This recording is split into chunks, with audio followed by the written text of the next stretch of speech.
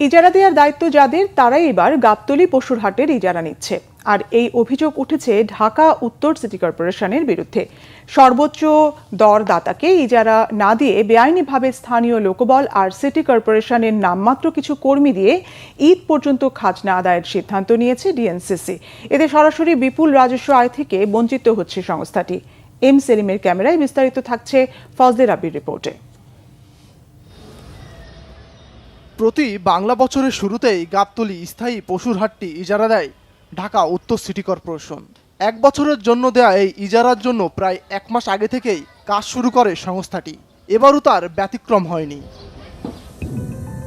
গেল 3 মার্চ ইজারায় অংশ নেওয়া 5টি প্রতিষ্ঠানের মধ্যে 22 কোটি 25 লাখ টাকায় সর্বোচ্চ দরদাতা নির্বাচিত হয় আরাত মোটরস। তবে দরপত্রটি কেন্দ্রীয় ক্রয় সংক্রান্ত ইউনিট সিপিটিউ এর ওয়েবসাইটে আপলোড না করার কারণ দেখিয়ে ইজারা আটকে দেন ডিএনসিসির প্রশাসক মোহাম্মদ এজাজ। তবে সরকারি হাটবাজার সংক্রান্ত নীতিমালা বলছে প্রথম দফা টেন্ডারের ইজারাদার পাওয়া না গেলে আরও 2বার ডাকা যাবে টেন্ডার। এরপরও ইজারাদার পাওয়া না গেলে তখন কেবল খাস আদায় করতে পারে সিটি কর্পোরেশন। প্রশ্ন উঠছে সকল নিয়মনীতির বিধ্বংগুলি দেখিয়ে কিভাবে হাট ইজারা নিল ঢাকা উত্তর সিটি কর্পোরেশন। এমন প্রশ্ন করতেই ডিএনসিসির প্রশাসক জবাব দিলেন অধিক রাজস্ব আদায়ের। দরপত্রের নিয়ম সেই নিয়ম না মেনে দরপত্রের প্রসিডিং করা হয়েছিল দেখে সেটাকে বন্ধ করা হয়েছে, আইনগতভাবে হয় নাই এই কারণে। সুতরাং দরপত্র আমাদের ওয়েবসাইটে দেওয়ার কথা ছিল, অন্যান্যরা যারা জানবে সকলকে জানার, এগুলো সব মেনটেন করা হয় নাই। যেই কারণেই এই দরপত্রটাই আমরা ক্যান্সেল করতে বাধ্য হয়েছি। এবং আমরা সিটি কর্পোরেশন আশা করি যেহেতু নিজেরা খাস কালেকশন করছি, এখন তার কাউকে দিয়ে করাচ্ছি না, আমরা এর হাট চালাবো এবং এটা আইনে আছে। সুতরাং আইনসিদ্ধভাবে আমরা হাট চালাবো। দরপত্রতে যে পরিমাণ টাকা মানে উঠে এসেছে, আমরা তার চেয়ে বেশি টাকা কালেকশন করতে পারবো। আসলেই কি অধিক রাজস্ব আদায় হচ্ছে ডিএনসিসির? বাংলা ভিশনের হাতে আসা বেশ কিছু ডকুমেন্টস পর্যালোচনা করে দেখা যায় ইজারায় অংশ নেওয়া সর্বোচ্চ দরদাতা প্রতিষ্ঠানের দেয়া 1 বছরের শিডিউল ক্রয়, প্রস্তাবিত দর, ভ্যাট, আয়কর বাবদ বছরে মোট 29 কোটি টাকা আয় হতো সরকারের, যা গড়ে প্রতিদিন প্রায় 8 লাখ টাকার কাছাকাছি। কিন্তু গত 15 থেকে 20 এপ্রিল পর্যন্ত গাবতলী হাট থেকে মাত্র 5 লাখ টাকা আদায় হয়েছে।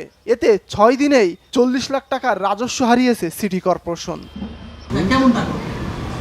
একদিন বলতে একবেলা করছি, তো তখন মানে 55,000 না কত টাকা করছি, রাতে আমার এখন খেয়াল নাই।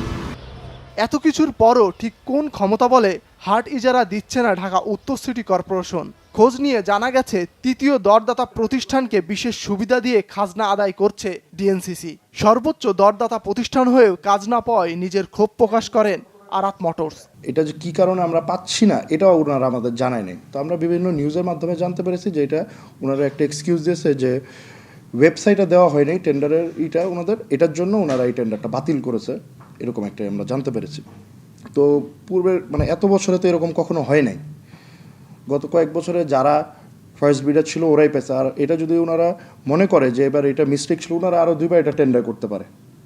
আরও 2বার, এটা তো আমি যতটুকু জানি 3বার আপনি টেন্ডার করে, যে একবার না হয় দ্বিতীয়বার না হয় তৃতীয়বার উনি। কিন্তু ওনারা এখন যেটা করতেছে এটা পুরোটাই ওনাদের ক্ষমতা দেখেই করতেছে। সর্বোচ্চ দরদাতা হয়েও ইজারা না পাওয়ায় আইনের আশ্রয় নেওয়ার কথা জানিয়েছে প্রতিষ্ঠানটির কর্ণধার। ফজলে রাব্বি, বাংলা ভিশন, ঢাকা।